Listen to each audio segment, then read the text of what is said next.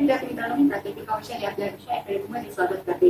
विद्यार्थी मित्रांनो, या आधीच्या लेक्चरमध्ये आपण विभाजनाच्या कसोट्या या टॉपिकला सुरुवात केली होती आणि आधीच्या लेक्चरमध्ये आपण 4 कसोट्या अभ्यासल्या होत्या. त्यानंतर उर्वरित ज्या काही कसोट्या आहेत त्या आपण आजच्या लेक्चरमध्ये अभ्यासणार आहोत. तर आता आपण नियम 5 मध्ये 6 ची कसोटी अभ्यासणार आहे. आता विद्यार्थी मित्रांनो, 6 ची कसोटी आपल्याला काय सांगते त्याआधी आपण पाहू. ज्या संख्येस 2 व 3 ने विशेष भाग जातो त्या संख्येस 6 ने भाग जातो. म्हणूनच अशा वेळेस आपल्याला 2 आणि 3 ची कसोटी वापरावी लागते. काय सांगितलं 6 च्या कसोटीमध्ये की ज्या संख्येस 2 व 3 ने विशेष भाग जातो त्या संख्येस 6 नेही भाग जातो. म्हणून अशा वेळेस आपल्या 2 आणि 3 ची कसोटी माहिती पाहिजे. विद्यार्थी मित्रांनो, या आधीच्या लेक्चरमध्ये आपण 2 ची आणि 3 ची कसोटी अभ्यासली होती. 2 ची कसोटी आपल्याला काय सांगते आठवा. 2 ची कसोटी आपल्याला सांगते की ज्या संख्येच्या एकक स्थानी 0, 2, 4, 6 आणि 8 ह्या जर संख्या असतील एकक स्थानी तर त्या संख्येस 2 ने विशेष भाग जातो. त्या आपण 2 च्या कसोटीमध्ये अभ्यासलं होतं. त्यानंतर आपण 3 ची कसोटी सुद्धा अभ्यासली होती. 3 च्या कसोटीमध्ये काय सांगतात की दिलेल्या काही संख्या असतात त्या दिलेल्या संख्येतील सर्व अंकांची जी बेरीज आहे ते बेरीज जर आपण केली तर त्या सर्व अंकांच्या बेरजेस 3 ने भाग जात असेल तर त्या संख्येसही 3 ने विशेष भाग जातो. हे आपण 3 च्या कसोटीमध्ये अभ्यासलं होतं. मग आता विद्यार्थी मित्रांनो, आपल्याला अशी एक संख्या घ्यायची आहे समजून घेण्यासाठी की त्या ठिकाणी 2 ची कसोटी लागू होते आणि 3 ची पण कसोटी लागू होते. मग अशी आपण एक संख्या घेणार आहे. बघा 5334 ही आपण एक संख्या घेतली. मग बघा आता 5334 ही एक संख्या आहे. आता या ठिकाणी सर्वात आधी आपण पाहणार आहे की या संख्येला 2 ची कसोटी लागू होते का किंवा या संख्येला 2 ने विशेष भाग जातो का ते आपण पाहणार आहे. आता हे कसं पाहणार आहे. 2 ची कसोटी तुम्हाला मी आता सांगितली की ज्या संख्येचे एकक स्थानी 0, 2, 4, 6, 8 ह्या संख्या जर असतील तर त्या संख्येला विशेष भाग जातो 2 ने. मग बघा या संख्येच्या एकक स्थानी 4 आलेला आहे. म्हणजे याचा अर्थ या संख्येला 2 ने विशेष भाग जातो. 2 ने विशेष भाग जातो. मग बघा आता 2 ने विशेष भाग जातो. मग 3 ने विशेष भाग जातो का ते सुद्धा आपल्याला चेक करावं लागेल. आपण 3 च्या कसोटीमध्ये शिकलो की जे काही आपल्याला संख्या दिलेली असेल त्या दिलेल्या संख्येचे सर्व अंकांच्या बेरजेस आपल्याला 3 ने भागून पाहावे लागते आणि 3 ने जर भागलं आणि विशेष भाग जर गेला तर त्या संख्येत सुद्धा 3 ने विशेष भाग जातो असं आपण गृहीत धरतो. मग बघा आता 5 अधिक 3 5 अधिक 3 अधिक 3 अधिक 4 जर केलं तर ते होते 15. आता या 15ला आपल्याला 3 ने भागायचं आहे. 3 5 15 म्हणजे याला निषेध भाग केला. आता विद्यार्थी मित्रांनो, या संख्येला याची बेरीज केल्यानंतर याला 3 ने निषेध भाग केला. याचा अर्थ या पूर्ण संख्येला सुद्धा 3 ने निषेध भाग जातो. 5334 ही जी संख्या दिलेली आहे त्या संख्येला सुद्धा 3 ने निषेध भाग जातो हे आपल्याला यावरून समजते.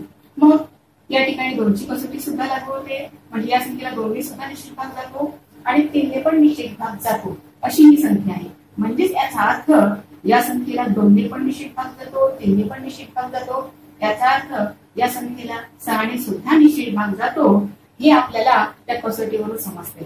तर अशा प्रकारे विद्यार्थी मित्रांनो, हे ज्या कसोटी आहे विभाज्यतेच्या त्या अत्यंत महत्वाच्या आहे आणि त्या समजून घेणं आणि लक्षात ठेवणं आपल्याला खूप फायदेशीर आहे. कारण यावर येणारे जे काही प्रश्न आहे स्पर्धा परीक्षेमध्ये ते प्रश्न आपण अगदी कमी वेळामध्ये कसोट्यांमुळे सोडू शकतो. तर तुम्हाला 6 ची कसोटी ही समजली असेल विद्यार्थी मित्रांनो.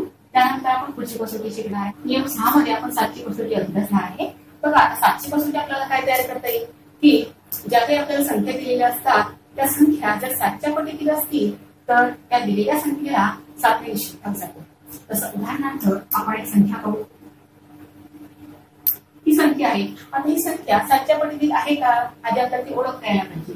तर 7 1 7 7 2 14 7 1 21 ही संख्या 7 च्या पटीतील आहे. त्याचा अर्थ याला 7 ने निषेध भाग जातो. निषेध भाग जातो म्हणजेच बाकी शून्य होते. 7 ने त्याला भाग दिला तर बाकी शून्य होते. हे आपण या ठिकाणी या कसोटीवर सांगू शकतो. दुसरी आपण एखादी संख्या पाहू मोठी. आता ही संख्या पहा विद्यार्थी मित्रांनो, ही संख्या 7 च्या पटीतील आहे का किंवा या संख्येला 7 ने निषेध भाग जाऊ शकतो का. तर हो, ही संख्या 7 च्या पटीतील आहे आणि या संख्येला 7 ने निषेध भाग जातो. कारण 7 1 7 7×14 7×1 7×28 7×5 35 7×42 ही जी संख्या आहे ही संख्या 7च्या पडतील आहे आणि या संख्येस 7ने निश्चित भाग जातो हे आपण यावरून सांगू शकतो. तर विद्यार्थी मित्रांनो, 7ची कसोटी कशी तयार करायची किंवा एखादी संख्या एखाद्या संख्येला 7ने निश्चित भाग जातो का हे आपण अगदी या कसोटीवरून सांगू शकतो किंवा नियम 6 वरून आपण सांगू शकतो. त्यानंतर पुढची कसोटी नियम 7 मध्ये आपण 8ची कसोटी अभ्यासणार आहे. आता आपल्याला 8ची कसोटी काय सांगते की दिलेल्या संख्येच्या शेवटच्या 3 अंकांनी तयार होणाऱ्या संख्येस 8ने भाग केल्यास किंवा शेवटचे 3 अंक शून्य असल्यास 8ने निश्चित भाग जाईल.